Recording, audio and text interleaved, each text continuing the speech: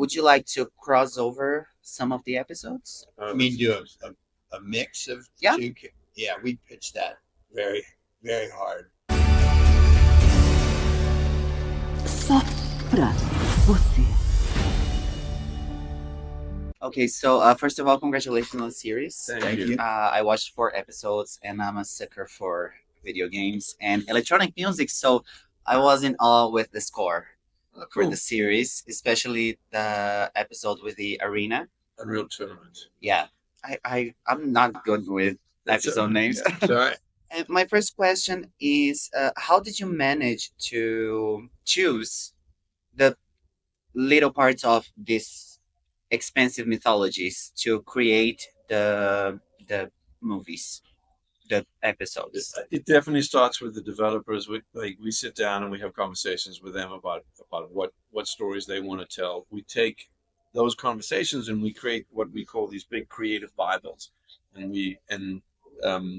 Tim, myself, our head writer JT Petty, and the authors who help us pitch ideas all sit down and we sort of try and come up with what story can we tell with all of these ingredients. In the case of Unreal Tournament, it's a bit of a wider spectrum. They definitely wanted us to try and involve some of the more iconic characters of the game, like Malcolm or Zan in our case.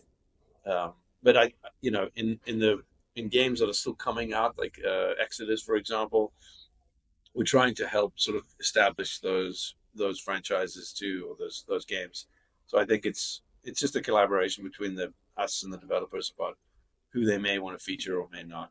Like Armored Core, for example, like you've never seen a pilot before, and so they gave us a pretty, broad array of options to choose from. They were like, because we've never seen it before, so everything in there is original. In other words, like our option was like we either stay very close to the AC6 lore in Armored Core, and then or we sort of go over here and create our own story within their world. So it was different depending on the game. And one of the elements that I most liked about the series is its anthology aspect, because I think all the narratives, at least the episodes that I watched, they don't necessarily end. They open up for more stories, and I wanted to know: would you like to maybe in a potential season 2 or potential live action movie or even an animated movie? Would you like to cross over some of the episodes? I mean, do a mix of two. Yeah, we pitched that very, very hard.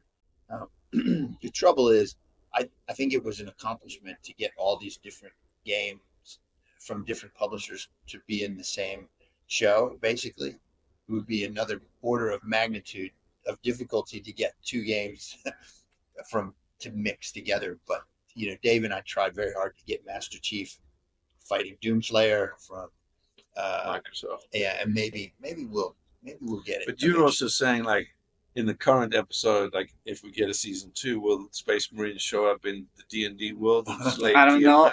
I would love that. Me too. I would love that.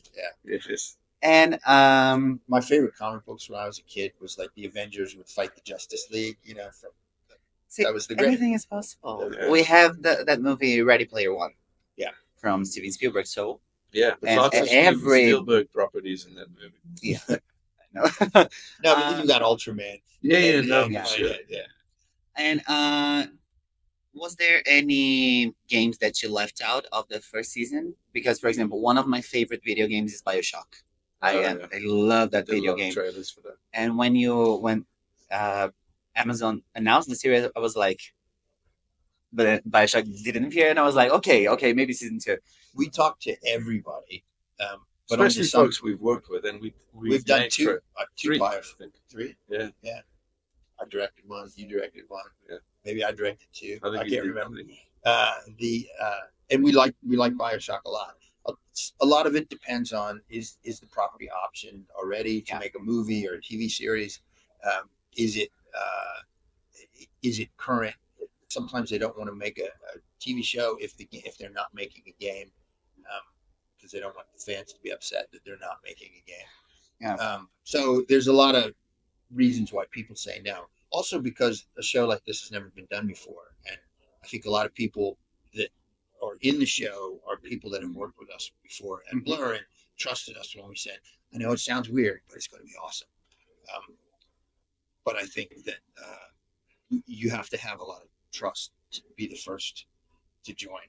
So maybe we'll do better, or we'll widen the net. I wouldn't say better. We'll widen the net next season. Speaking of which, do you think that another If we got aspect? another season, if we got it, I think it will. I think it will be a huge hit. Speaking of which, another aspect that I really loved about the series is that you don't have to know the games to follow the story, and it's not self-explanatory. I think it leads you to the finale, and you're like, okay, I'm engaged. And I was wondering, do you think that this series will open for more people to join the games, to know more about the mythology? I mean, that the hope was always to, if you're a Warhammer fan, you're going to show up and watch that episode. In fact, even no matter what order we put them in, I'm almost certain they will go straight to that episode, right? So we knew they were going to show up. What we want is them to be sitting next to their loved one who's always wondered why they paint those little miniatures, and watch our episode and be like, this is awesome, and sort of be intrigued.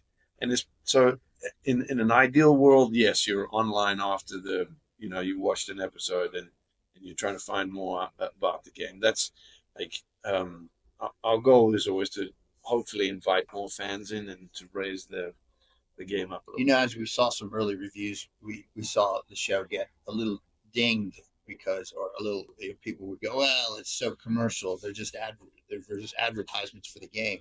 To which we go, yeah, we want. Thank We you. want people to. That was the goal. Yeah, it was the goal. We want people to. If you don't play the game, maybe you will, and if you do play the game, maybe you'll play it more. That's the whole point of the operation. But everything is like that. I mean, you go and watch Avengers. You think they're pulling all those comic books off the shelves? No, they want you to buy the comics and they want you to buy the toys. That's the way it works. But that's not a bad thing necessarily, because at the end of the day, it takes money to do these things, and that means it's a commercial enterprise. But we don't do it for the money. We do it because we love it, and we do it because the fans love it. It's great that they can find the money to pay us. One of the things I also find ironic about all of that is like there's the Pac-Man episode we made, I think, is going to polarize people. They're either going to love it or they're going to be like, wait, what? This is not my Pac-Man. But I mean, in that same vein, if we had made a Pac-Man episode that is just like incredibly faithful and just sells arcade games, and so but it is also the beauty of an anthology series is you should take wild swings. You shouldn't, like, if we made it so that like one specific person is like, oh, I loved every single one of these, then I feel like we made it for one person. It shouldn't just be for me or for Tim. Like I 100% expect, and it's the same with Love, Death and Robots, like folks to so some people to love an episode and other people to hate it, and that's okay. The worst you can have is people just don't care.